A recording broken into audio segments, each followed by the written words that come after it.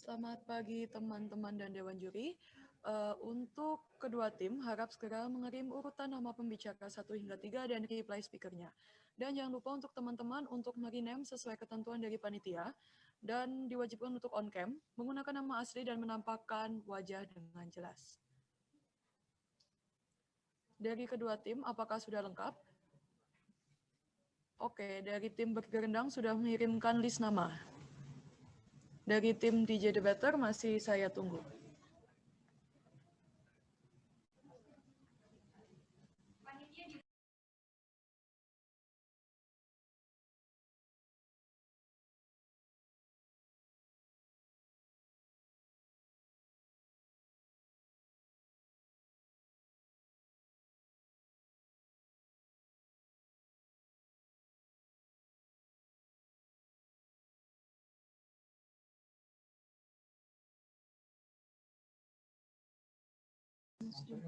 Bergerendang masih kurang 1.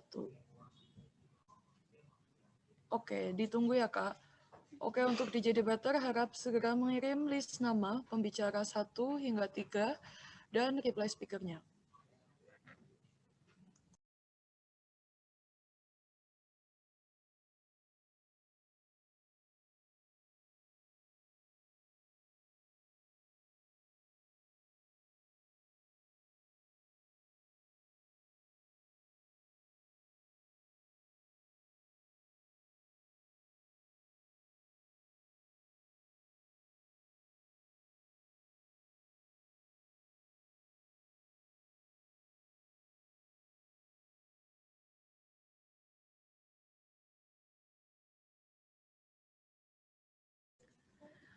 Baik, karena kedua tim sudah mengirimkan urutan pembicara 1 hingga 3 dan reply speaker, maka sesi breakout room akan saya mulai. Selamat pagi, peserta dan Dewan Juri. Perkenalkan saya Donita yang akan menjadi moderator pada sesi kuarter final dalam breakout room 1. Sebelum memasuki jalannya debat, saya akan memperkenalkan kedua tim. Pertama pada posisi pemerintah, yakni dari tim bergerendang, dan pada tim oposisi, yakni tim DJ Debater. Kedua tim sudah lengkap, dan di samping itu yang menjadi Dewan Juri pada kuarter final dalam breakout room 1 ini adalah Kak JJ. Izin untuk mengulangi, mosi yang akan dibawakan pada sesi ini adalah sebagai kelompok pencinta lingkungan. Dewan ini akan memprioritaskan pergerakan dengan menuntut tanggung jawab lebih besar pada perusahaan daripada kampanye menuntut tanggung jawab individu.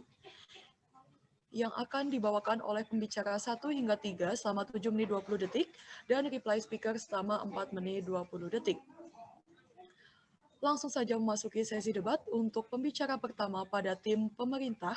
Waktu 7 menit 20 detik terhitung ketika saudara mengucapkan kata pertama.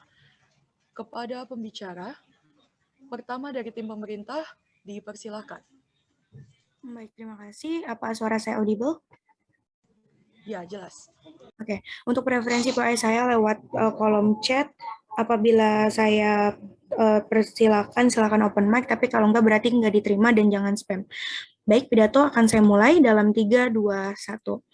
Sebagai kelompok pecinta lingkungan, Dewan ini akan memprioritaskan pergerakan untuk menuntut tanggung jawab yang lebih besar dari perusahaan daripada kampanye untuk menuntut tanggung jawab individu. Dewan Juri lihat bahwa sebagai kelompok pecinta lingkungan, kami akan memprioritaskan pergerakan menuntut tanggung jawab yang lebih besar dari perusahaan daripada kampanye menuntut tanggung jawab individu, karena kami percaya hal ini pada status quo menunjukkan bahwa banyaknya kerusakan atau permasalahan lingkungan yang berawal dari atau disebabkan oleh perusahaan-perusahaan, baik itu limbah yang mereka hasilkan atau dari packaging yang mereka gunakan.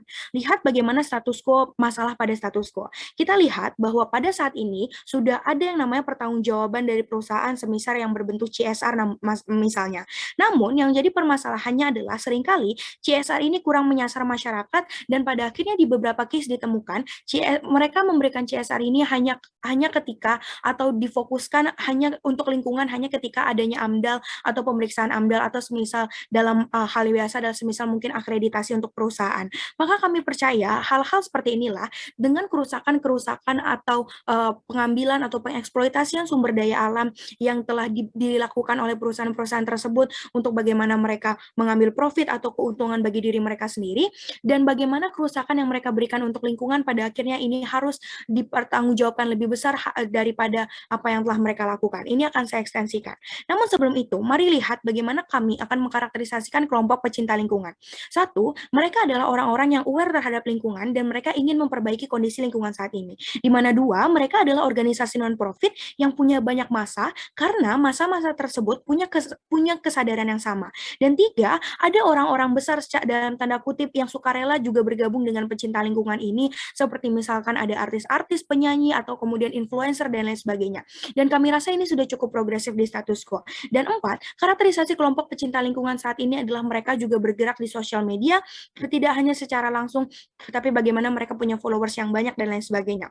Maka pada akhirnya mereka sudah memiliki bargaining power yang cukup untuk bisa kemudian melakukan suatu pergerakan, dan ini juga akan saya ekstensikan. Namun kemudian kita lihat bagaimana sebenarnya karakterisasi perusahaan tersebut. Satu, mereka menggali atau mereka kemudian mengambil banyak sekali sumber daya alam dan mereka tidak sedikit menghasilkan limbah, baik itu polusi air, polusi lingkungan, dan lain sebagainya. Di mana hal tersebut mereka lakukan karena dua, mereka profit oriented bukan, yang pada akhirnya mereka akan melakukan segala cara seperti misalnya mereka menggunakan packaging plastik supaya harga mereka lebih murah, atau kemudian mereka banyak mengeksploitasi lingkungan untuk mendapatkan sumber daya alam supaya mereka dapat mengeluarkan modal sekecil-kecilnya dengan untung sebesar-besarnya. Maka kita lihat bagaimana sebenarnya karakterisasi masyarakat itu sendiri. Ada dua karakterisasi, satu bagi masyarakat progresif dan dua bagi masyarakat yang konservatif. Satu, lihat bagaimana karakterisasi masyarakat progresif yang ini akan sustain di sisi kami. Masyarakat progresif di sini kami rasa mereka sudah punya tanggung jawab bukan terhadap lingkungan, di mana pada akhirnya mereka sudah sadar bahwa lingkungan kita sangat buruk, bahwa bumi kita pada akhirnya sangat tua bukan, yang pada akhirnya mereka butuh perlindungan, bumi kita butuh perlindungan, yang pada akhirnya ya perlu adanya buang sampah di tempatnya dan lain sebagainya. Sehingga kami rasa dengan bentuk tanggung jawab yang sudah seprogresif ini tidak perlu lagi ada tuntutan atau prioritas untuk menuntut tanggung jawab daripada individu tersebut, karena pun pada status quo terlihat bahwa mereka sudah cukup progresif, atau bahkan di mana kita melihat mereka membuat galangan dana dan lain sebagainya untuk menyelamatkan lingkungan dan lain sebagainya. Sehingga dengan adanya karakterisasi tersebut tidak perlu lagi sebagai pecinta lingkungan kami prioritaskan untuk orang-orang seperti mereka. Atau dua, ketika kita bicara tentang masyarakat konservatif, mengapa kita juga tidak perlu memfokuskan untuk pada tanggung jawab individu tersebut. Satu, kami rasa ketika masyarakat konservatif ini kita fokuskan tanggung jawab kepada mereka, kami rasa akan ada beberapa skenario yang terjadi. Satu, pada akhirnya ini akan memakan waktu yang sangat lama bukan? Padahal bumi kita membutuhkan pertolongan secepat mungkin, atau pada akhirnya kita membutuhkan perubahan yang semasif itu pada saat sekarang ini bukan. Atau yang kedua, ketika kita menuntut ini, ketika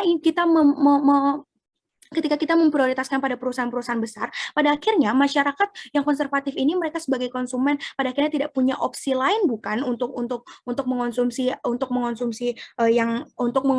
produk-produk lain bukan. Sehingga pada akhirnya ketika pun even if yang karakterisasi yang ketiga masyarakat konservatif ini mereka pada akhirnya misal masih ada buang sampah sembarangan dan lain sebagainya, kami rasa tidak apa-apa ketika pada akhirnya perusahaan-perusahaan ini sudah berhasil kemudian mereka mengubah packaging mereka yang lebih biodegradable bukan pada akhirnya, sehingga ini menjadi suatu hal yang penting. Lantas lihat bagaimana kemudian kami akan lebih urgensi mengapa pada akhirnya kita harus memprioritaskan pergerakan menuntut tanggung jawab yang lebih besar dari perusahaan ketimbang menuntut tanggung jawab individu.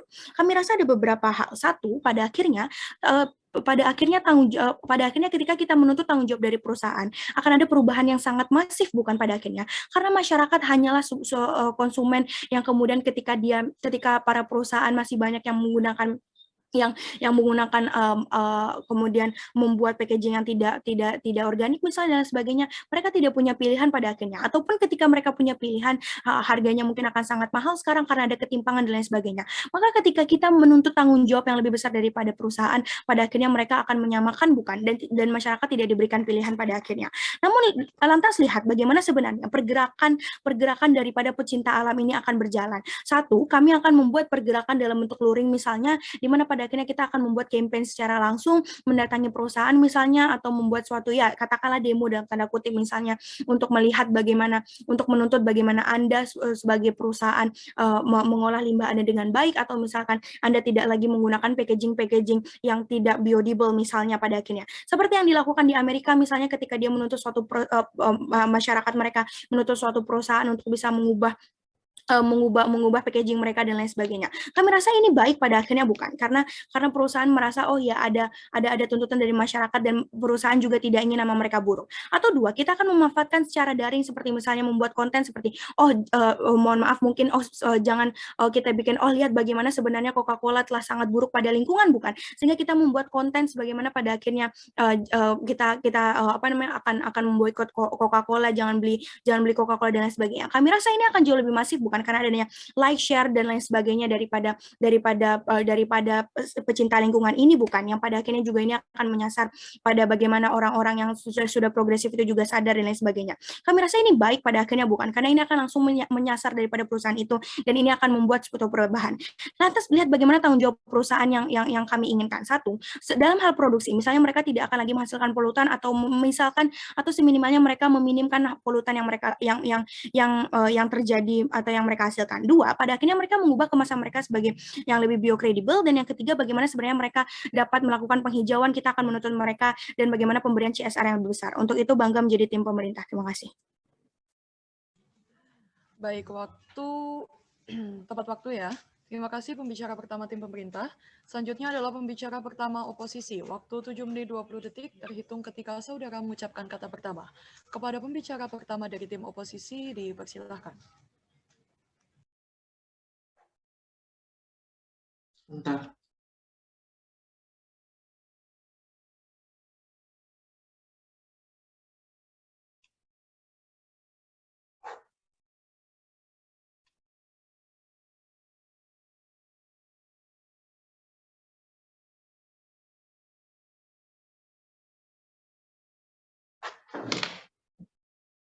Untuk preferensi POI melalui chat, nanti saya coba ambil satu, tapi jika saya abaikan berarti ditolak ya.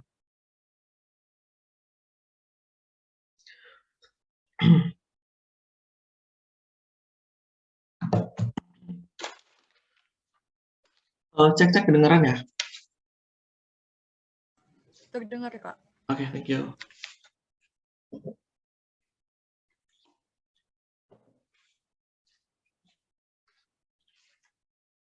Saya akan mulai pidato saya dalam hitungan 3, 2, 1. Dewan Juri yang terhormat, saya akan menjelaskan 3 hal. Yang pertama adalah terkait poin justifikasi kenapa perusahaan sebenarnya tidak accountable, yang harus kita minta responsibility terkait ini. Yang kedua adalah kenapa pada akhirnya aksi terhadap individu ini akan jauh lebih efektif untuk bisa memajukan agenda-agenda environmentalis. Yang terakhir adalah terkait implikasi sendiri. Tetapi sebelum itu mari kita lihat kasus dari tim pemerintah yang mengatakan terkait 2 hal.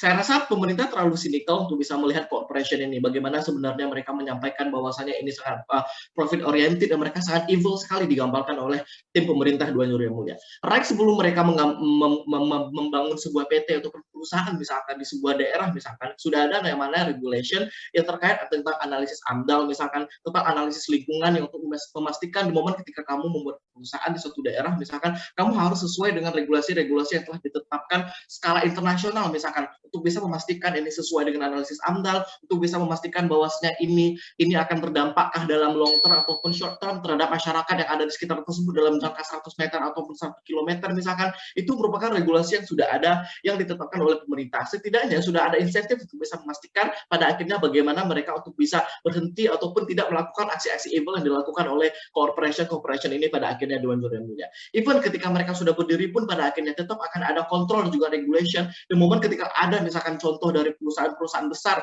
yang melakukan breaking the rules misalkan, akan ada regulasi dari pemerintah ataupun semacam implikasi dari regulasi ini untuk bisa memberikan sanksi kepada perusahaan yang pada akhirnya akan membuat mereka jauh lebih tidak evil seperti yang digambarkan oleh tim pemerintah itu sendiri, Dewan Juri yang mulia. Yang kedua, mereka membahas terkait penghijauan produk, bioproduk, dan produk-produk yang ramah lingkungan dan segala macamnya. Saya rasa ini sudah ada di status quo, bukan? Bagaimana pada akhirnya banyak perusahaan sekali yang menciptakan produk-produk ramah lingkungan yang tidak lagi menggunakan packaging plastik, dan yada.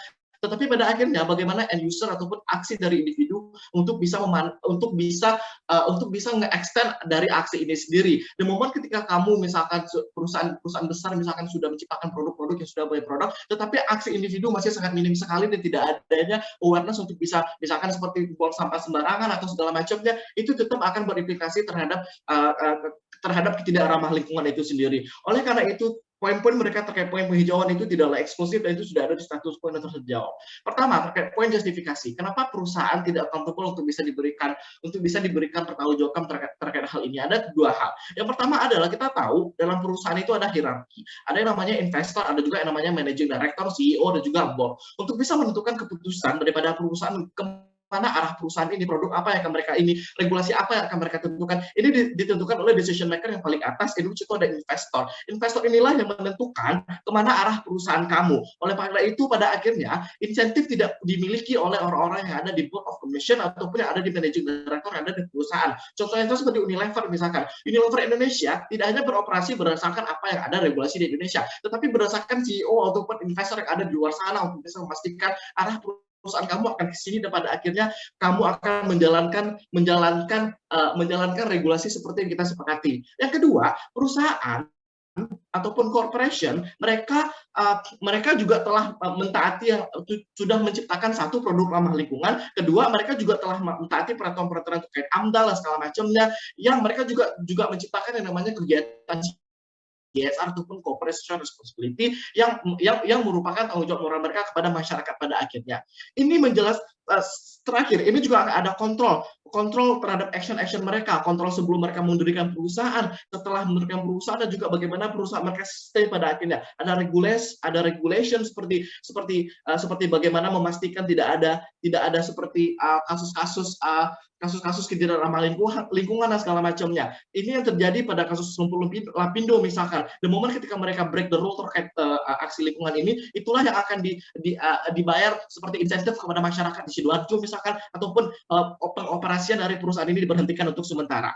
Oleh karena itu, ada insentif untuk bisa membuat mereka pada akhirnya bertanggung jawab untuk bisa berkontribusi bagaimana sebenarnya mereka tidaklah satu-satunya corporate. Mereka tidak satu-satunya aktor yang bertanggung jawab terkait hal ini. Dan saya akan jelaskan kenapa individu tidak ada insentif sama sekali untuk bisa bertanggung jawab melakukan hal tersebut. Satu, individu mereka adalah end user dan mostly penyebab dari kerusakan lingkungan. Contoh, the moment ketika kamu menggunakan produk misalkan dari packagingnya yang pada akhirnya itu akan dibuang pada tempat sampah yang tidak sesuai dengan di mana kamu seharusnya buang, yang akan menyebabkan banjir misalkan.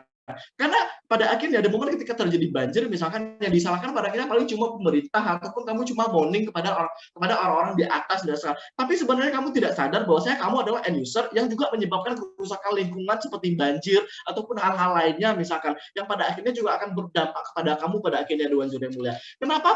Kenapa individu tidak punya insentif untuk bisa bertanggung jawab untuk bisa melakukan ini? Satu, tidak ada action, tidak ada implikasi dari regulasi untuk bisa membuat mereka untuk tidak melakukan itu. Corporation mereka ada pressure dari pemerintah atau regulator untuk bisa, hey, kamu break the rule, oleh karena itu kamu harus diberikan sanksi. Sanksi individu tidak ada di dalam hal ini. Oleh karena itu mereka tidak punya insentif untuk bisa mematuhi aturan untuk bertanggung jawab terhadap hasil lingkungan ini. Yang mereka pedulikan adalah mereka membeli produk, mereka setelah itu mereka membuang sampah sembarangan dan oleh karena itu pada poin justifikasi corporation tidak bertanggung jawab. Kedua, kenapa pada aksi corporation ini akan jauh lebih mengambil banyak waktu di momen ketika kami ini. Di tim oposisi kita mau bahwasanya gerakan ini akan fokus pada gerakan individu saja. Kita setuju bahwasanya ada masyarakat yang progresif dan juga konservatif. Kami percaya bahwasanya the moment ketika kita fokus pada aksi individu, the moment ketika kita melakukan campaign secara individu, misalkan kita memastikan bahwasanya ada regulasi untuk bisa memastikan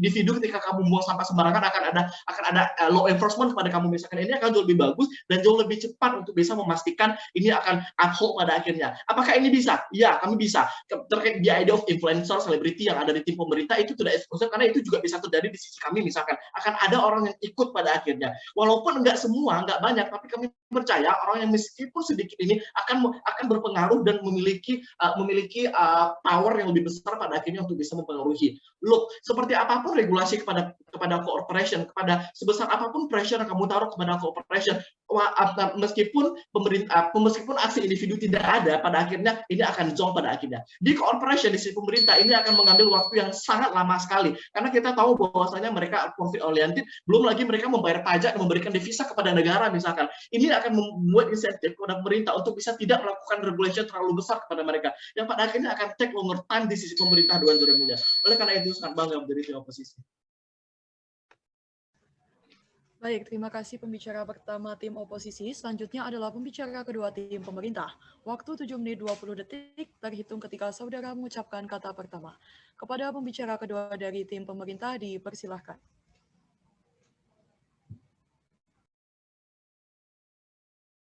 Baik, terima kasih. Apakah saya audible? Ya. Baik, terima kasih. Untuk speech untuk preferensi POI, silakan pada kolom chat. Jika saya tidak menanggapi, berarti POI tidak saya terima. Speech akan saya mulai dalam hitungan 3, 2, 1. Basic knowledge yang perlu Anda ketahui pada perdebatan kali ini sebelum oposisi membahas lebih jauh mengenai AMDAL, CSR, dan lain sebagainya. AMDAL tersebut Dewan Juri yang terhormat akan hanya diimplementasikan pada perusahaan yang mau, dan itu adalah opsi terhadap perusahaan-perusahaan kecil, apakah mereka menginginkan suatu AMDAL atau izin usaha yang dikeluarkan dari pemerintah, bukan. Maka akan ada skenario yang mengatakan bahwa perusahaan-perusahaan tidak memiliki AMDAL sama sekali, tidak memiliki pengawasan sama sekali, dan toh mereka tetap akan memproduksi secara besar-besaran dengan adanya kewajiban seperti profit yang akan mereka dapatkan at the end of the day. Toh Dewan Juri yang terhormat, AMDAL tersebut memiliki fee yang sangat besar untuk menciptakan suatu AMDAL bagi perusahaan Anda. Anda harus memiliki karakterisasi tertentu dan harus membayarkan sekian ratus juta untuk memiliki AMDAL tersebut. Dan toh AMDAL tersebut hanya akan berlaku 3 tahun Dewan Juri yang terhormat. Dalam 3 tahun tersebut akan ada tendensi ketika satu perusahaan tidak bisa menggain AMDAL-nya dengan baik, maka mereka akan memproduksi secara besar-besaran produk secara masif, baik itu dengan kemasan yang tidak biodegradable ataupun biodegradable. Yang di status quo-nya kita sama-sama ketahui bahwa banyak perusahaan yang tidak memiliki AMDAL, bukan. Perusahaan hanya akan memiliki AMDAL ketika mereka satu dikategorisasikan sebagai perusahaan yang besar, yang kedua mereka mampu secara finansial untuk mencapai AMDAL tersebut. Maka at the end of the day, ketika oposisi mengatakan kepada Anda bahwa telah ada AMDAL, CSR, dan lain sebagainya di status quo, maka kami rasa mosi ini tidak akan terjadi, bukan pada perdebatan kali ini. Maka dapat kita simpulkan bahwa AMDAL belum diimplementasi dengan baik, CSR bahkan belum approach kepada masyarakat, dan bahkan ketika Anda mengglorify tentang AMDAL tersebut tidaklah berlaku bagi semua perusahaan yang memproduksi secara besar-besaran terhadap produk yang mereka jualkan kepada masyarakat, bukan. Maka AMDAL tidak sustain pada perdebatan oposisi di perdebatan kali ini Dewan Juri yang terhormat. Maka yang kedua adalah kita harus mengetahui bagaimana mekanisme oposisi dalam menuntut masyarakat. Mereka mengatakan bahwa perusahaan tidak seprogresif itu, maka kita harus beralih untuk menuntut masyarakat. Namun yang kami pertanyakan adalah apakah masyarakat akan instantly mengikuti pencinta alam untuk mereka yang pada dulunya menikmati kemasan yang plastik sehingga mereka biodegradable, walaupun mereka tidak memiliki uang yang cukup untuk membeli bahan yang biodegradable tersebut. Dewan Juri yang terhormat, bisa kita kategorisasikan bahwa ada 2 kategori masyarakat di status quo. Yang pertama memang masyarakat yang progresif, mereka punya financial yang stable, mereka memiliki knowledge yang bagus untuk memilih mana kemasan yang bagus atau mana perusahaan yang memang fit pada kesehatan lingkungan dan lain sebagainya. Namun yang kedua, ada masyarakat yang konservatif di mana di lingkungan mereka hanya terapproach dengan kemasan-kemasan tertentu, kemasan yang murah atau tidak biodegradable sama sekali, namun mereka tidak memiliki power untuk membeli bahan yang biodegradable misalnya, atau mereka tidak memiliki power untuk pergi ke perusahaan A atau pergi ke daerah A hanya untuk mencari deterjen misalnya, hanya untuk mencari kemasan-kemasan yang biodegradable yang sama halnya tidak bisa mereka capai di status quo. Maka kami rasa masyarakat konservatif ini tidak akan sama sekali mengikuti tim oposisi dalam mencintai lingkungan misalnya, atau mengikuti mereka untuk menciptakan bahan yang biodegradable tersebut, karena satu, mereka sama sekali tidak didukung dengan financial yang stable, yang kedua, mereka tidak memiliki urgensi untuk mencintai lingkungan karena mereka hanya terapproach dengan kemasan-kemasan yang tidak biodegradable tersebut. Dewan Juri yang terhormat, maka kami rasa dengan mereka menuntut masyarakat tidak akan sustainable pada akhir perdebatan, karena satu, perusahaan akan tetap menciptakan kemasan-kemasan yang jelek, perusahaan akan tetap memiliki pipa-pipa tersembunyi untuk membuang limbah mereka, bukan. Yang ketiga adalah perusahaan akan tetap bagaimana mereka tidak mengimplementasikan CSR, misalnya mereka tidak mengakomodasi masyarakat dengan baik, dan lain sebagainya. Karena perusahaan memiliki power yang besar, mereka memiliki financial stable yang sangat besar, dan mereka memiliki citra untuk tetap mensustainkan citra mereka at the end of the day. Maka kami rasa ketika menuntut perusahaan, hal tersebut lebih relevan dengan kondisi status quo.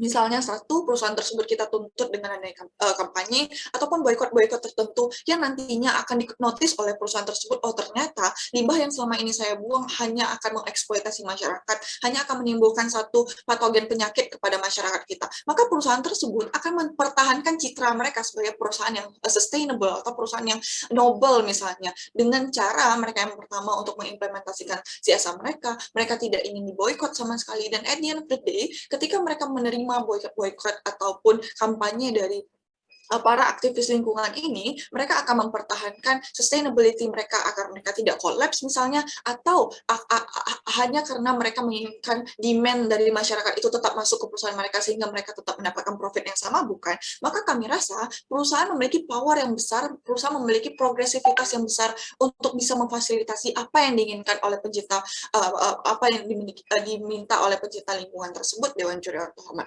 Dan di sisi kami, individu juga akan tergerak, bukan. Misalnya ketika perusahaan kita boykot, maka individu akan ternotis bahwa oh perusahaan yang selama ini saya konsumsi itu telah diboykot karena mereka sangat opposite dengan kesehatan lingkungan dan mereka mengeksploitasi lingkungan secara besar-besaran. Secara tidak langsung, mereka akan juga berpikir bahwa oh selama ini ternyata saya tidak memiliki kemasan yang bagus, tidak memiliki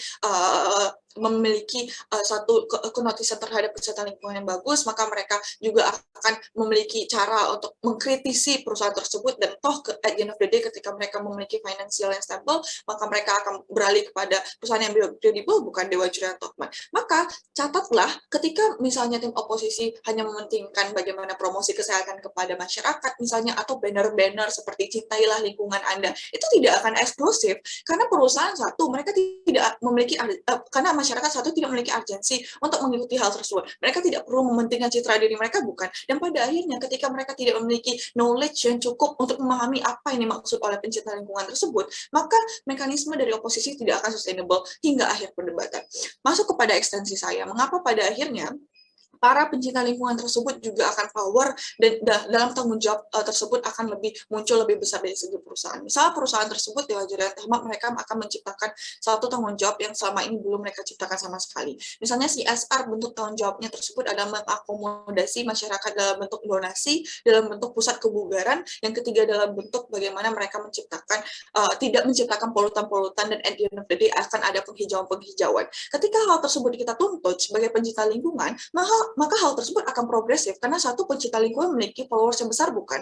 Mereka akan menggain satu masa untuk menciptakan satu pergerakan kepada perusahaan tersebut. Perusahaan juga akan menotis hal tersebut. Mereka tidak ingin mendapatkan citra buruk di masyarakat, maka mereka akan mementingkan image mereka sehingga mereka akan melakukan penghijauan, mereka akan tetap melakukan AMDAL tersebut, atau at the end of the day CSR mereka tersebut lebih dibandingkan apa yang diminta oleh undang-undang selama ini. Maka kami rasa ketika perusahaan tersebut yang kita tuntut, maka at the end of the day kampanye yang kita harapkan dari individu juga akan tercipta dengan baik. Baik, terima kasih pembicara kedua dari tim pemerintah. Selanjutnya adalah pembicara kedua tim oposisi. Waktu 7 menit 20 detik terhitung ketika saudara mengucapkan kata pertama. Kepada pembicara kedua dari tim oposisi dipersilahkan. Tes sebelumnya, Kak. Apakah suara saya clear? Ya, terdengar jelas. Oke. Saya mohon kerjasamanya, Tom Kuiper. Semisal nanti ada putus-putus atau saya terlempar dari bor, nanti mohon timing saya di stop ya. Jadi bisa di-remind oleh teman-teman tim pro, seandainya memang suara saya putus-putus, nanti tolong remind saya melalui kolom chat. Saya akan memulai pidato saya dari hitungan 3, 2, 1. Dewan Hakim yang mulia, selaku pembicara kedua dari tim kontra, saya ingin memberikan 2 poin dasar. Yang pertama terkait klarifikasi yang akan terintegrasi terhadap bagaimana saya akan membantah semua argumen dasar dari tim pemerintah. Pertama, mereka mengatakan tentang AMDAL, bahwasanya AMDAL dia hanya diperuntukkan untuk perusahaan-perusahaan yang mau saja berskala besar misalnya dan lain sebagainya. Kami tidak akan menutup mata dari hal itu, Dewan Hakim yang mulia. Namun yang diinginkan oleh pembicara pertama tim oposisi adalah AMDAL merupakan salah satu contoh kode etik yang harus dimiliki oleh perusahaan, baik Anda perusahaan besar ataupun kecil. Meskipun itu tidak disebut sebagai AMDAL dengan biaya yang besar, namun tetap menetap kode etik sebagai bagaimana Anda akan membangun perusahaan Anda, kemana perusahaan Anda akan di leading misalnya, dan produksi apa yang akan in the end of the day yang akan kalian produksi, maka hal itu disebut kode etik yang tidak melulu dengan menghasilkan biaya yang sangat besar seperti yang ditakutkan oleh pembicara kedua tim pro Dewan Hakim yang mulia. Artinya kode etik pun akan selalu ada di status quo meskipun Anda hanya membangun sekedar Indomaret saja Dewan Hakim yang mulia. Sehingga kami rasa setiap perusahaan akan bertanggung jawab memiliki aturan yang bermain, sehingga ketika aturan tersebut tidak diamini, maka in the end of the day akan ada sanksi-sanksi terikat yang akan diberikan oleh pemerintah, yang akan disangsikan oleh orang-orang sekitar misalnya dan lain sebagainya. Sehingga kami rasa aturan kode etik akan tetap eksis di setiap lini dan di setiap skala terhadap perusahaan tersebut. Dewan Hakim tidak terima kasih. Kedua, Dewan Hakim yang mulia, sadarilah bahwasannya tim pemerintah juga tidak memiliki tidak memiliki karakterisasi yang jelas. Di waktu yang bersamaan mereka mengatakan, mereka percaya bahwasanya masyarakat dibagi menjadi dua, yaitu masyarakat yang progresif dan masyarakat yang masih konvensional. Sadarilah Dewan Hakim yang mulia, pun perusahaan juga demikian, bukan? Tidak semua perusahaan yang ada di negara kita merupakan perusahaan yang besar seperti Unilever yang telah dicontohkan oleh pembicara pertama kami. Pun mereka besar, misalnya tetap akan ada banyak biaya-biaya produksi yang harus dihasilkan, banyak biaya-biaya HPP yang harus juga ditanggung oleh beban perusahaan, sehingga in the end of the day, setiap perusahaan tidak hanya menanggung bagaimana mereka menciptakan suatu kredibel bio produk dan lain sebagainya, namun sadarilah bahwasanya juga banyak perusahaan-perusahaan kecil yang mereka juga memproduksi bahan pangan misalnya, yang mana mau tidak mau, yang namanya dunia plastik dan lain sebagainya tetap menjadi komponen utama mengapa pada akhirnya perusahaan mereka akan eksis in the end of the day, Dewan Hakim yang mulia. It means that segala regulasi dari tim pemerintah hanya akan akses kepada perusahaan-perusahaan besar saja yang mereka pada akhirnya tidak dapat meng-account berapa pada akhirnya perusahaan besar ini sebesar Unilever pun mengcover bagaimana kebutuhan terhadap penyelamatan lingkungan in the end of the day, Dewan Hakim yang mulia. Kenapa? Karena banyak perusahaan-perusahaan kecil yang jauh lebih mikro yang juga memiliki peran besar, namun jika hal ini akan dibatasi sesuai dengan prosedur yang diaturkan kepada perusahaan besar, maka kami rasa hal ini tidak pil to pil, ataupun perusahaan-perusahaan kecil ini tidak akan sustain in the end of the day, Dewan Hakim yang mulia. Setidaknya beban pembuktian yang harus dilakukan oleh tim pemerintah adalah bagaimana Anda akan menjamin pada akhirnya perusahaan-perusahaan kecil tersebut akan sustain in the end of the day. Kedua, bagaimana pada akhirnya Anda akan menjamin bahwasanya setiap perusahaan akan aware dan kemudian mereka akan melakukan inovasi. Tidak, terima kasih. Mereka akan melakukan suatu inovasi. Contoh misalnya mereka dituntut untuk menghasilkan suatu biokredibel. Pernahkah Anda terpikir, Dewan Hakim yang mulia, untuk melakukan tersebut, bagaimana pada akhirnya setiap perusahaan akan melakukan kalkulasi ulang terhadap income mereka, akan melakukan kalkulasi ulang terhadap biaya HPP mereka, dan bagaimana pada akhirnya rantai produksi di masyarakat akan benar-benar terwujud in the end of the day, Dewan Hakim yang mulia. Sehingga kami rasa bagaimana permainan aktor perusahaan di sisi tim pemerintah telah rusak dan telah tidak memiliki stand yang jelas, Dewan Hakim yang mulia. Mari kita masuk kepada poin oposisi. Pertama, mereka mengatakan juga bahwasanya masyarakat dibagi menjadi dua, yaitu masyarakat dengan progresif dan masyarakat yang dengan income yang rendah. Mereka juga percaya bahwasanya masyarakat dengan low income ataupun masyarakat yang konvensional, mereka memiliki aware yang sedikit bagaimana untuk daya beli terhadap bioproduk. Sadarilah Dewan Hakim yang mulia, the moment ketika perusahaan berlomba-lomba untuk menciptakan bioproduk, apakah bioproduk ini akan jauh lebih murah daripada produk non bioproduk, Dewan Hakim yang mulia? Maka kami rasa akan terjadi peningkatan harga di status quo. Hal ini kami rasa sudah menjadi general knowledge atau basic knowledge yang kita ketahui bersama. Seperti contoh misalnya bahan-bahan produk yang dapat didaur ulang maka akan memiliki harga yang lebih tinggi. Maka yang menjadi pertanyaan adalah, jika kami setuju, tim pro dan tim kontra sama-sama setuju bahwasanya masyarakat masih memiliki pendapatan yang rendah, pengetahuan yang rendah, maka bagaimana mereka in the end of the day akan membeli bioproduk yang hal ini akan juga menuntut income, akan menuntut expenses mereka atau pengeluaran mereka untuk membeli produk hal tersebut lebih tinggi, Dewan Hakim yang mulia. Maka yang menjadi pertanyaan adalah, satu, rantai makanan ataupun produksi makanan akan terganggu di pasar, Dewan Hakim yang mulia. Mengapa hal ini akan terjadi? Karena dengan kenaikan harga akan mempengaruhi juga bagaimana peningkatan daya beli masyarakat in the end of the day, Dewan Hakim yang mulia. Ketahuilah Dewan Hakim yang mulia, masyarakat bukan tidak aware selalu terkait tidak memilih bioproduk, tapi mereka juga dihadapkan dengan satu, pangsa pasar, kedua dengan harga di pasar, ketiga dengan pendapatan mereka, Dewan Hakim yang mulia. Artinya sebagus apapun pengetahuan mereka tetapi mereka tidak memiliki uang misalnya, maka in the end of the day mereka juga tidak akan pernah membeli bioproduk. Mengapa? Karena hal ini juga mahal, Dewan Hakim yang mulia.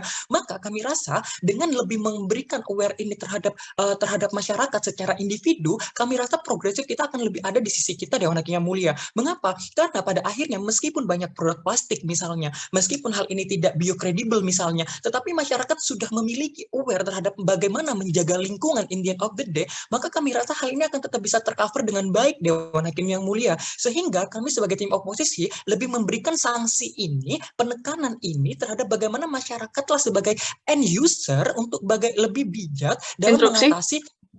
Saya terima, silahkan. Lalu bagaimana Anda menggaransi pada akhirnya ketika Anda menuntut masyarakat tersebut, Anda juga akan instantly menjamin bahwa masyarakat tersebut akan mengikuti guide Anda tersebut dengan adanya lack of financial atau lack of knowledge yang Anda katakan. Bukankah itu kontradiksi dengan karakteristik?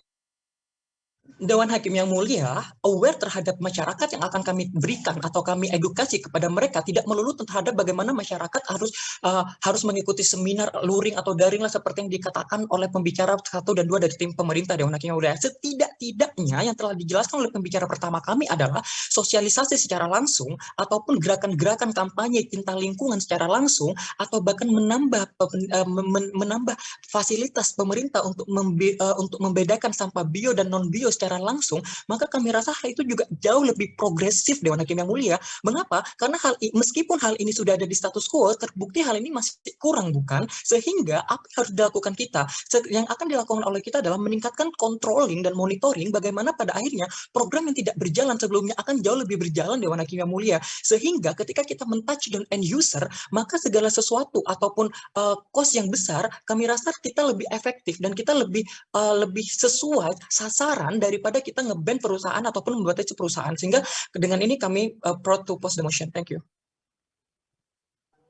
Terima kasih pembicara kedua dari tim oposisi. Selanjutnya adalah pembicara ketiga dari tim pemerintah. Waktu 7 menit 20 detik terhitung ketika saudara mengucapkan kata pertama. Kepada pembicara ketiga dari tim pemerintah dipersilakan.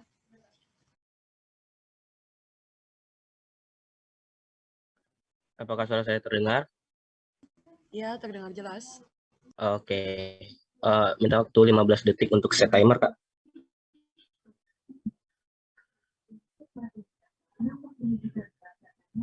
Oke, Pio.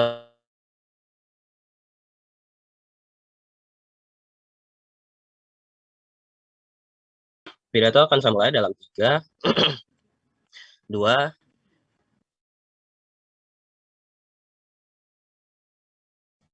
Maaf, Kak, apa dan kali ini kondisi datang menyatakan bahwasanya pada akhirnya di sisi boleh aku Maaf, off cam aja, Kak? Bisa diulang saja, karena tadi di awal sempat nge-freeze kakaknya. Boleh aku off cam aja, Kak? Oke, diizinkan.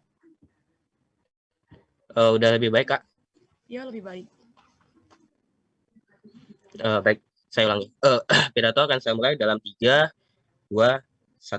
Lihat bagaimana tim oposisi tidak dapat menggunakan perdebatan kali ini. Yang pertama, mereka datang menyatakan bahwasanya pada akhirnya masyarakat tidak mempunyai kapabilitas untuk membeli produk pada akhirnya yang bioproduk dan lain sebagainya karena hal tersebut akan mahal dan lain sebagainya. Hal tersebut sudah jelas bagaimana mereka datang dengan kontradiksi pada akhirnya, bukan. Ketika kita tidak memberikan sebuah tuntutan tanggung jawab bagaimana perusahaan tersebut harus memberikan sebuah fasilitas sarana bagaimana masyarakat dapat mengkonsumsi bioproduk yang pada akhirnya akan lebih murah di sisi kami, akan lebih tercapai pada akhirnya, bukan ketika kita menuntut perusahaan tersebut bukan masyarakatnya. Pada akhirnya di sisi mereka hal tersebut harm yang pada akhirnya akan terwujud di sisi mereka. Ataupun yang kedua, event ini terjadi, menurut kami ini bukanlah tipping point dalam perdebatan kali ini, pada akhirnya bukan. Kita sebagai aktivis lingkungan, pada akhirnya kita adalah tolak ukur kita adalah bagaimana cara kita memberikan sustainability dari bagaimana lingkungan yang ada di status quo, pada akhirnya bukan bagaimana bumi ini dapat berlangsung secara baik. Kita tidak memperdebatkan bagaimana pada akhirnya perekonomian dari masyarakat ataupun kemampuan beli masyarakat, pada akhirnya bukan. Dikarenakan titik poin kita sebagai environmentalis bukanlah hal tersebut. Mari masuk dalam poin klarifikasi kami. Mereka datang dan mengatakan bahwasanya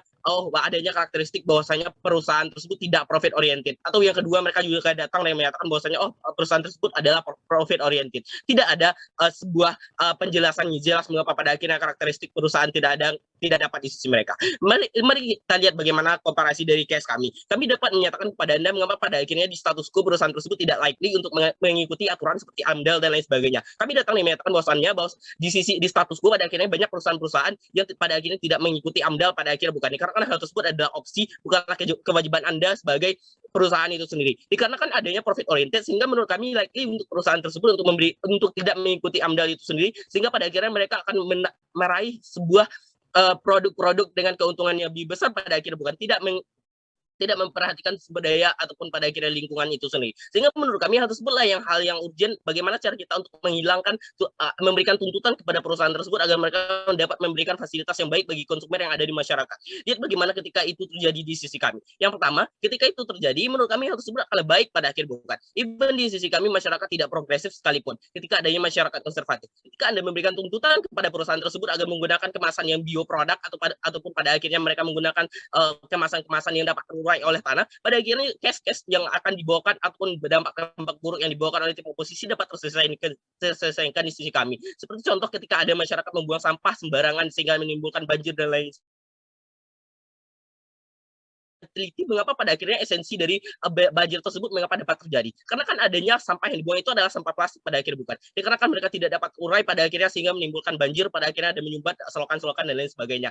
Lihat bagaimana even di sisi kami ketika kita masuk ke dalam budaya masyarakat konservatif yang suka membuang sampah. Even mereka membuang sampah sembarangan ketika adanya progresivitas dari perusahaan tersebut menggunakan sebuah kemasan yang mudah terurai. Pada akhirnya menurut kami ketika sekalipun di sisi kami akan banyak orang buang sampah ke selokan, pada akhirnya itu terurai dan tidak akan menimbulkan banjir di sisi kami, pada akhirnya bukan. Lihat bagaimana sanggahan yang kedua. Mereka datang dan mengatakan bahwasanya, mengapa pada akhirnya perusahaan tersebut akan melakukan AMDAL dan lain sebagainya. Menurut kami hal tersebut yang pertama, lihat bagaimana ketika mereka datang dengan menyatakan contoh Unilever yang pada akhirnya mereka akan datang dengan regulasi sesuai dengan CEO mereka yang kuat, pada akhirnya bukan. Ini membuktikan kepada Anda mengapa pada akhirnya perusahaan-perusahaan besar tersebut pada akhirnya tidak akan mengikuti regulasi-regulasi yang Anda rancang sebagai pemerintah, pada akhirnya bukan. Dikarenakan ada tuntutan dari CEO Anda. Lihat bagaimana karakteristik dari CEO Anda sebagai pebisnis. Pasti akan adanya profit oriented di sisi mereka, pada akhirnya bukan. Sehingga pada akhirnya ketika mereka tidak lagi mendapatkan keuntungan, pada akhirnya mereka akan meninggalkan AMDAL Anda. Dikarenakan kekuatan dari CEO yang sudah diglorifikasi dari pembicara satu tim oposisi, pada akhirnya bukan. Sehingga di sisi kami pada akhirnya ketika adanya perusahaan tersebut tidak lagi menghiraukan AMDAL itu, pada akhirnya dikarenakan mereka ingin mengejar keuntungan sebesar-besarnya. Lalu datang dengan argumentasi yang mereka bawakan. Lihat bagaimana di sisi kami bahwasanya progresivitas dari status quo individu tersebut sudah ada muncul. Lihat bagaimana ketika Anda sebagai individu bahwasanya ada norma sosial ataupun norma agama yang mengajarkan Anda bagaimana Anda harus membuang sampah, mencintai lingkungan dan tidak boleh mengharap lingkungan sesuka hati Anda. Hal tersebut sudah progresif di status quo sehingga Anda tidak perlu lagi menuntut banyak tanggung jawab kepada masyarakat, pada akhirnya bukan. Ataupun yang kedua, banyak bukti-bukti charity ataupun penggalangan dana, pada akhirnya bagaimana kita dapat renovasi bumi ini bagaimana lebih baik, pada akhirnya bukan. Ini bukti kepada Anda bahwasanya masyarakat itu individu tersebut sudah dapat progresif. Mengapa pada akhirnya tidak harus kita prioritaskan? Dikarenakan perusahaan-perusahaan lah yang menjadi tolak ukur tipping point bagaimana perdebatan kali ini dapat berjalan. Bagaimana sustainability dari bumi itu dapat tersurvive di sisi kita berdua. Sehingga menurut kami hal yang harus Anda prioritaskan adalah bagaimana perusahaan tersebut dapat memberikan sebuah konsumsi bagi masyarakat yang baik, pada akhirnya bukan. Atau yang kedua, kami juga dapat memberikan pembuktian kepada Anda mengapa pada akhirnya sekalipun di skenario masyarakat yang konservatif sekalipun kami dapat memenangkan perdebatan kali ini. Yang pertama, ketika ada masyarakat konservatif, mereka datang dan menyatakan, dengan ketika masyarakat konservatif, ketika Anda tidak ada sanksi ketika Anda membuang sampah sembarangan dan lain sebagainya. Hal tersebut salah, Dewan Juriantoro. Makanya di status quo ketika Anda membuang sampah sembarangan, yang pertama adanya sanksi sosial. Ketika Anda dicap oleh masyarakat sebagai orang yang kotor karena Anda membuang sampah sembarangan. Ataupun yang kedua, banyaknya palang-palang di daerah-daerah dilarang buang sampah di sini dikarenakan Anda akan seperti hewan dan lain sebagainya. Hal tersebut adalah kontrol dari masyarakat bagaimana Anda tidak perlu sekalipun sebagai aktivis lingkungan memberi tuntutan tanggung jawab sekalipun kepada individu, karena individu tersebut sudah ada tanggung jawabnya dan pada akhirnya mereka sudah terpaksa oleh nilai-nilai norma-norma sosial. Ataupun yang kedua, ada undang-undang yang berlaku ketika Anda mengharm pada akhirnya sebuah bentuk kerusakan lingkungan, pada akhirnya bukan, ketika adanya undang-undang perlindungan lingkungan, pada akhirnya. Sehingga menurut kami hal tersebut sudah cukup progresif dan hal tersebut tidak dapat dibuktikan oleh tim oposisi mengapa pada akhirnya mekanisme yang mereka bawakan itu lebih baik dengan skenario yang ada di status quo pada hari ini. Lihat bagaimana dengan mereka yang menyatakan bahwasanya mereka akan memberikan galakan bagaimana kita harus membuang sampah pada tempatnya dan lain sebagainya. Notice Dewan Juri, hal tersebut sudah datang sejak dulu-dulu pada zaman-zaman Katuba. Mengapa pada akhirnya hal tersebut tidak akan progresif di sisi mereka dapat dapat kita lihat bagaimana masyarakat sekarang ini pada akhirnya yang konservatif tidak membuang sampah pada tempatnya, even ketika adanya penggalangan mengajak orang membuang sampah pada tempatnya.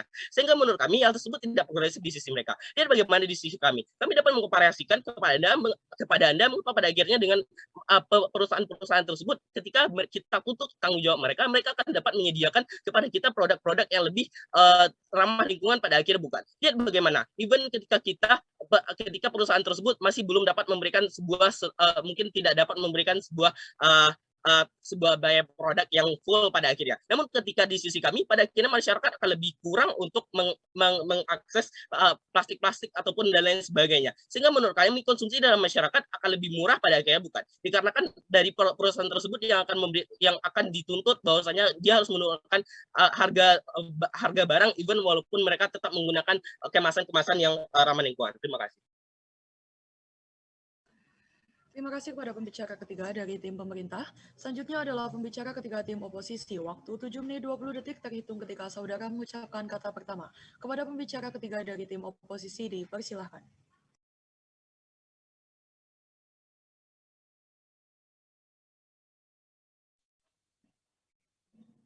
Sebelumnya, apakah suara saya terdengar dengan jelas? Terdengar dengan jelas.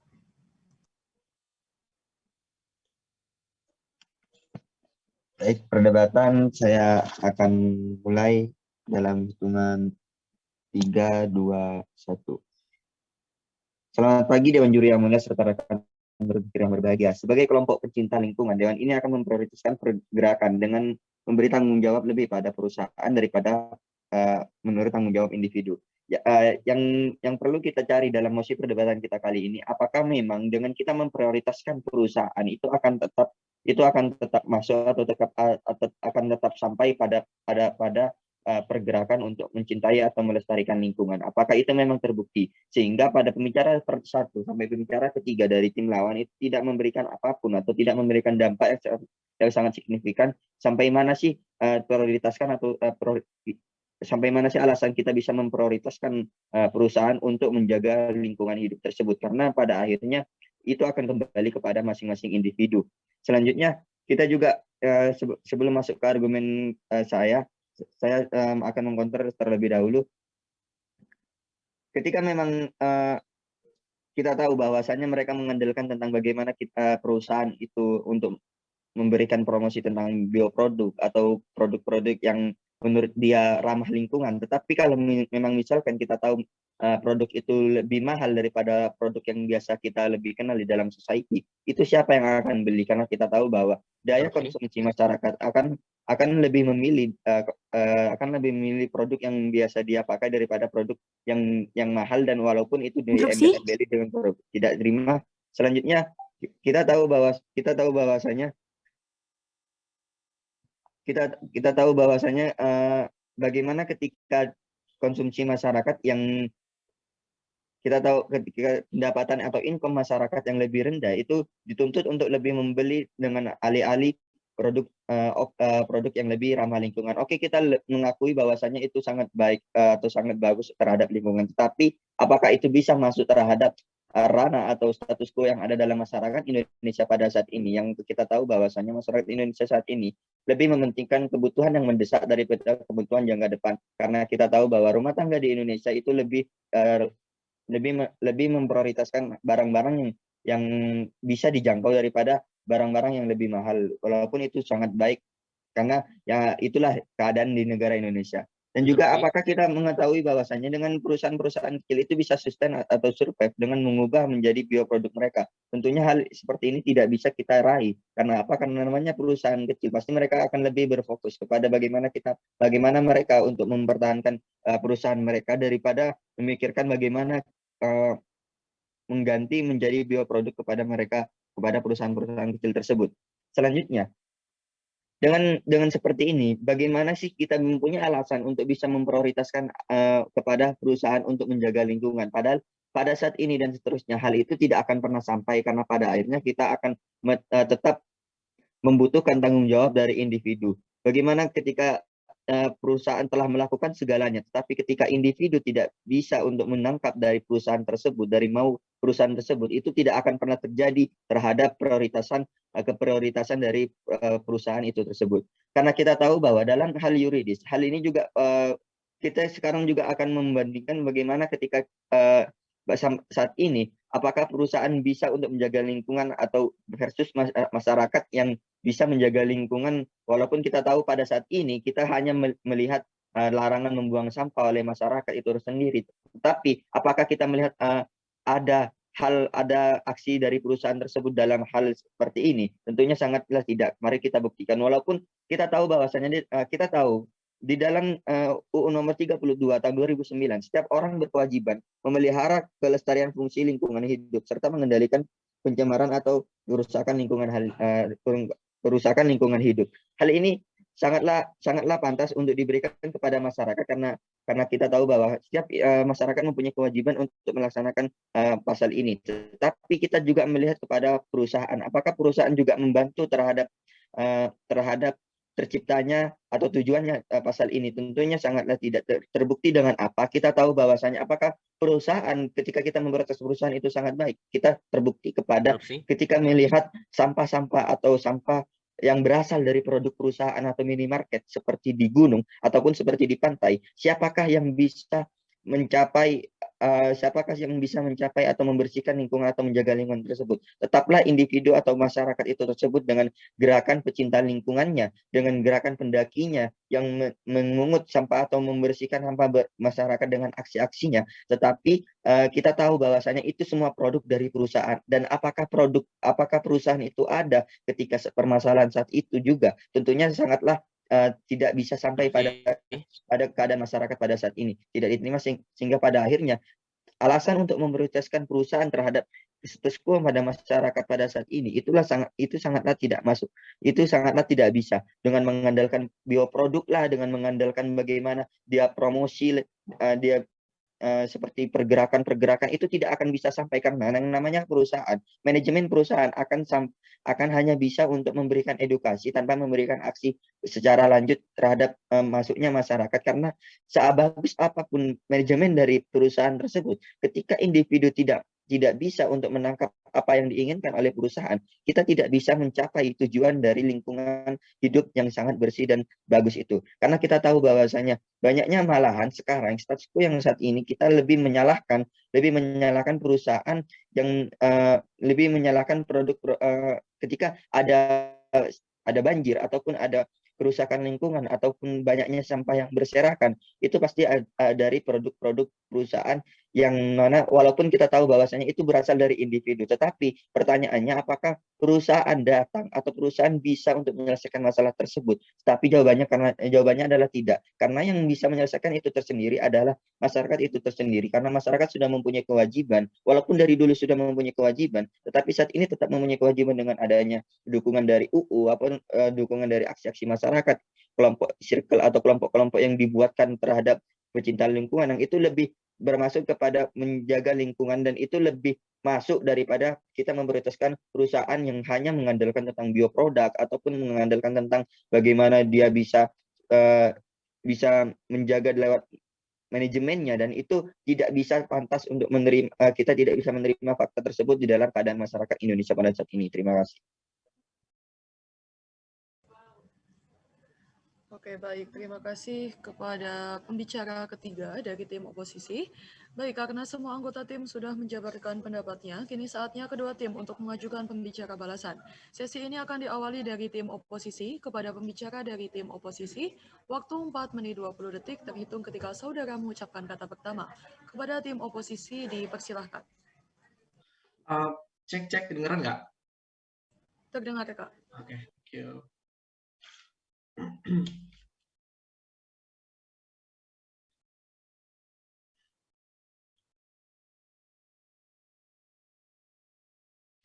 Bentar ya.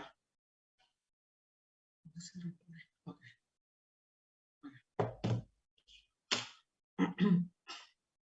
Saya akan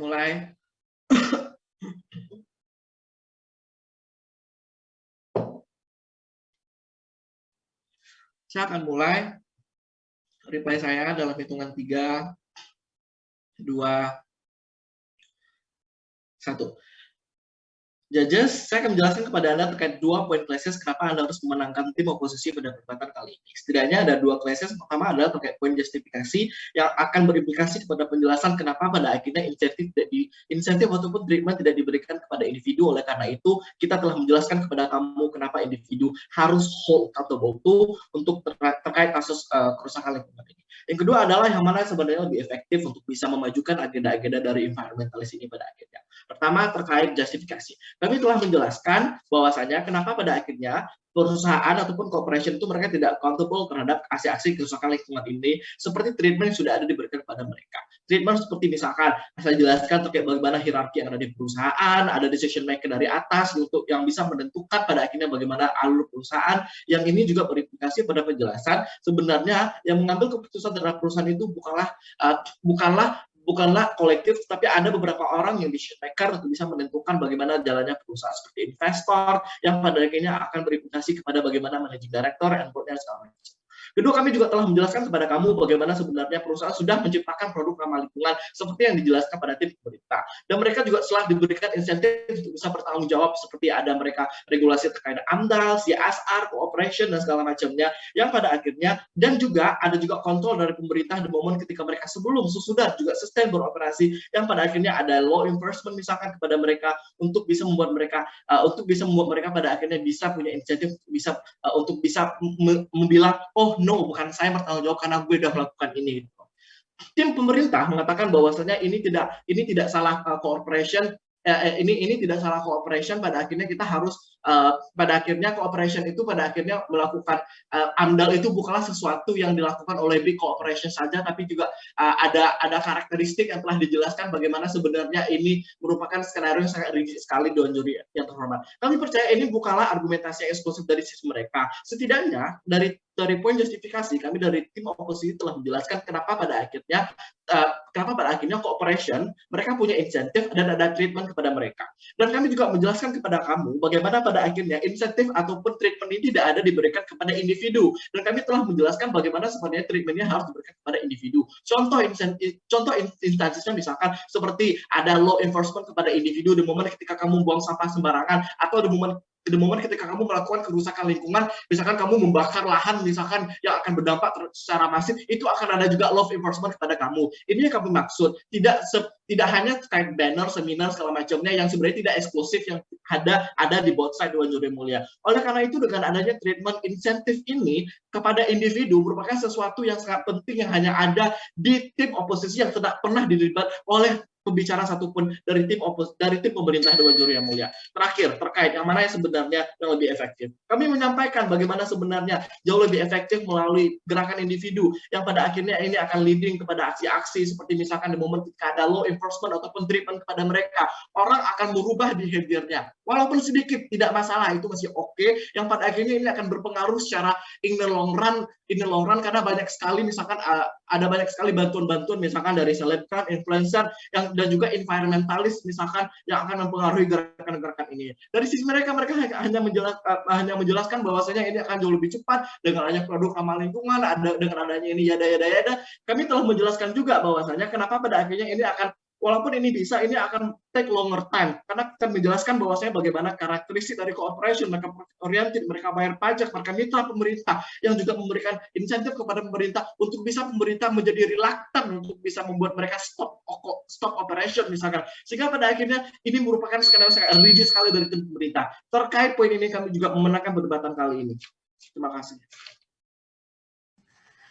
Baik, terima kasih kepada pembicara dari tim oposisi. Dilanjutkan dengan tim pemerintah, waktu 4 menit 20 detik terhitung ketika saudara mengucapkan kata pertama. Kepada tim pemerintah, dipersilahkan. Baik, pidato saya mulai dalam 3, 2, 1. Dewan Juri notice bahwa tim pemerintah adalah satu-satunya tim yang harus dimenangkan. Mengapa satu, sedari awal tim oposisi hanya mengglorify mengapa pada akhirnya, oh ya perusahaan sudah punya AMDAL, perusahaan sudah begini, begitu, dan lain sebagainya, namun mereka tidak menjelaskan bagaimana sebenarnya mekanisme mereka akan menuntut tanggung jawab individu, bentuk tanggung jawabnya seperti apa, dan lain sebagainya. Mereka baru memunculkan hal tersebut di reply speech mereka, dan kami rasa itu sudah sangat terlambat, bukan? Sehingga pada akhirnya pembicara 2 dan 3 mereka hanya menjelaskan dan mengglorify bagaimana sebenarnya perusahaan tidak seburuk itu, dan pada akhirnya AMDAL sudah ada, dan lain sebagainya. Kami rasa kami memenangkan seluruh clash perdebatan, di mana satu, clash perdebatan kita terkait bagaimana sebenarnya siapa yang perlu lebih diprioritaskan untuk dituntut tanggung jawabnya, apakah perusahaan atau tanggung jawab individu. Dari sisi tim pemerintah, kami telah menjelaskan dan kami telah mengkomparasikan bagaimana satu, perusahaan pada akhirnya pada status quo menyebabkan suatu polusi, bukan? Baik itu limbah di laut, di udara, ataupun di limbah yang lainnya, bukan? Sehingga pada akhirnya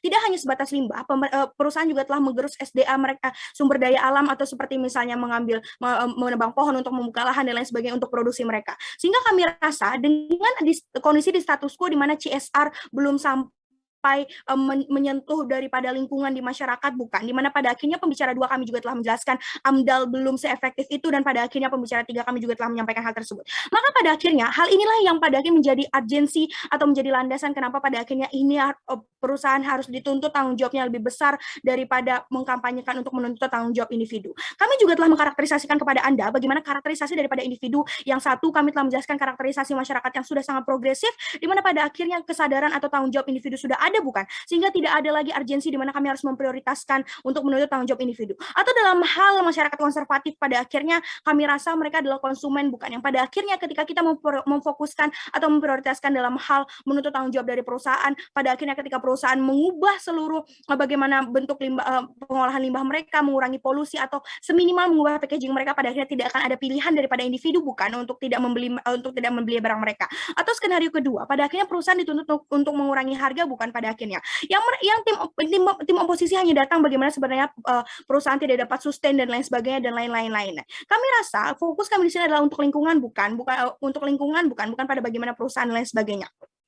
Maka clash perdebatan yang kedua terkait mekanisme mana yang lebih efektif dan lebih eksklusif pada akhirnya. Di tim oposisi, mereka tidak pernah menjelaskan atau mengekstensi bagaimana mekanisme mereka sehingga pada akhirnya tanggung jawab individu dapat terjadi di sisi mereka, bagaimana sebenarnya individu pada akhirnya akan terinfluence daripada mereka. Lihat bagaimana dari awal tim pemerintah telah menjustifikasi kepada Anda bagaimana kami akan membuat hal ini jauh akan lebih eksklusif. Di mana satu, kami akan membuat pergerakan secara luring, seperti misalnya kami membuat campaign di dekat perusahaan mereka, seperti misalnya yang dilakukan oleh negara maju misalnya, atau pada akhirnya kita menuntut ada perubahan dan lain sebagainya daripada mereka untuk mengurangi limbah, mengurangi eksploitasi SDA dan lain sebagainya. Atau kedua, kami akan memanfaatkan karakterisasi daripada pecinta alam yang saat ini sudah memanfaatkan teknologi seperti sosial media dan lain sebagainya, bukan? Dimana pada akhirnya kami akan membuat konten-konten seperti misalnya Coca-Cola membuat eksploitasi yang sebegitu jahat, atau misalnya Nabati membuat eksploitasi yang begitu jahat, merusak lingkungan dan sebagainya. Kami menuntut perusahaan tersebut untuk bisa mengubah bagaimana siklus mereka mengolah limbah atau bagaimana packaging mereka dan sebagainya. Kami rasa ketika hal tersebut kita langsung tepatkan pada sasaran perusahaan tersebut, akan ada masyarakat yang juga terinfluence, bukan, pada akhirnya. Maka kami rasa hal inilah yang perlu kami prioritaskan, karena pada akhirnya tanggung jawab individu even kepada masyarakat yang konservatif sekalipun mereka akan tertrigger pada akhirnya, oh iya mereka bikin kesalahan dan kita harus menuntut dan sebagainya. Kami rasa ini akan jauh lebih progresif di sisi kami, bukan? Maka tanggung jawab yang ingin kami tuntut daripada perusahaan tersebut adalah satu, bagaimana di bagian produksi mereka tidak lagi menghasilkan polutan, atau seminimalnya mereka meminimkan atau mengubah bagaimana regulasi mereka untuk mengolah polutan itu sendiri, bukan? Atau kedua, kami menginginkan setidaknya kemasan yang lebih biokredibel, bukan, pada akhirnya. Kita tidak menuntut semuanya, kita tidak menuntut seluruhnya untuk biokredibel, tapi setidaknya perlahan-lahan mengubah hal tersebut dari yang sebenarnya 100% menjadi 50%, 30% dan pada akhirnya hilang. Kami telah menjelaskan hal tersebut dan pada akhirnya kami ingin ada penghijauan dan pemberian CSR yang lebih besar. Inilah yang poin yang lebih eksklusif dan yang lebih dapat dimenangkan dari tim pemerintah. Terima kasih. Baik, terima kasih kepada tim pemerintah. Baik, sesi debat sudah kita lalui. Selanjutnya yakni sesi deliberasi. Untuk Dewan Juri dipersilahkan untuk melakukan deliberasi.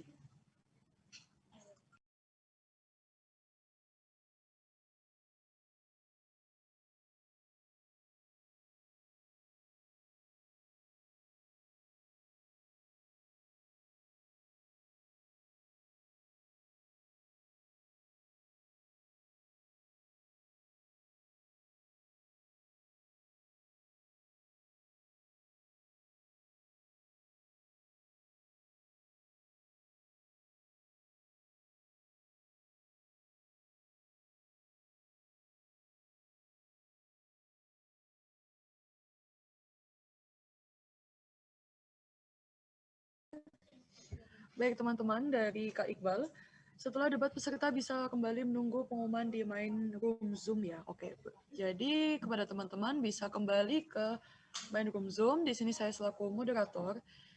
Mohon maaf jika ada salah tutur kata. Terima kasih, sampai jumpa di diskusi selanjutnya.